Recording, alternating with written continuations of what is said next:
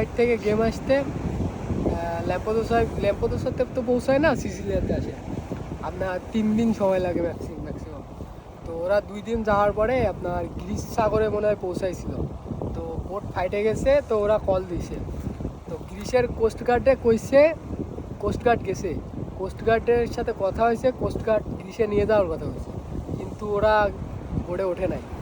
পরবর্তীতে আপনার 5 ঘন্টা মতো চলার পরে বোট হচ্ছে ফাইটে পানি ঢুকতেছে, পরে 240 জন মতো মারা গেছে।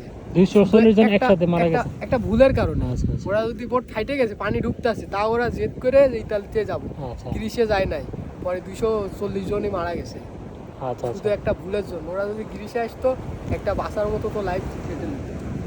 আচ্ছা, মানে মাঝপথে বুড়ে পানি ঢুকতেছে, ওই পর্যায়ে মানে বলছে যে ড্রাইভার যে এটা গ্রিসি থামা দেওয়ার জন্য। গ্রিসের কোস্ট গার্ড কইছে যে তোমরা গ্রিসে আসো, হ্যাঁ। তোমরা তোমাদের আমরা রিসিভ করি, কিন্তু ওরা রাজি হয় না। পরে ওরা কয় যে ইতালিতে যাবো, ইতালি কোন দিকে আমাদের দেখাই দাও। আচ্ছা আচ্ছা, পরে দেখাই দিছে, 2-3 ঘন্টা যাওয়ার পরে বোট ফাইটে সব মারা গেছে। সব মারা গেছে। তো এরকম অহরহ ঘটনা কিন্তু ঘটে। হ্যাঁ। আমরা হয়তো যারা আসে তাদের সাকসেসের যে বিষয়টা, গল্পটা, এটা কিন্তু শুনি, কিন্তু অনেকে যে ব্যর্থ হয়ে মারা যায়, সাগরের পথে নিখোঁজ হয়ে যায়, এগুলো কিন্তু আসলে আমরা শুনি না। তো যারা লিবিয়াতে আছে তারা কিন্তু জানে যে এরকম ওর ফ্রেন্ড সার্কেলের মধ্যে কিছু মারা গেছে, ও কিন্তু বিষয়টা জানছে, আজকে শেয়ার করছে। তো এরকম কিন্তু ঘটনা অনেকই ঘটে।